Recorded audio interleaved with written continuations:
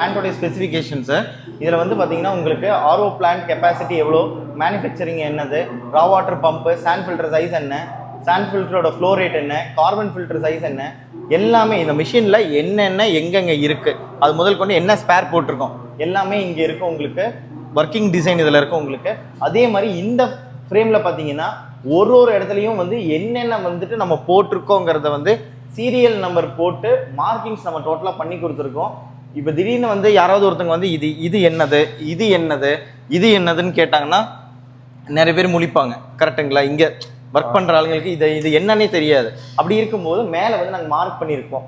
Number 1னா ரா water pump, number 2னா வந்து solenoid valve, 3 அப்படின்னா வந்து சாண்ட் ஃபில்டர் வெசல்ஸு.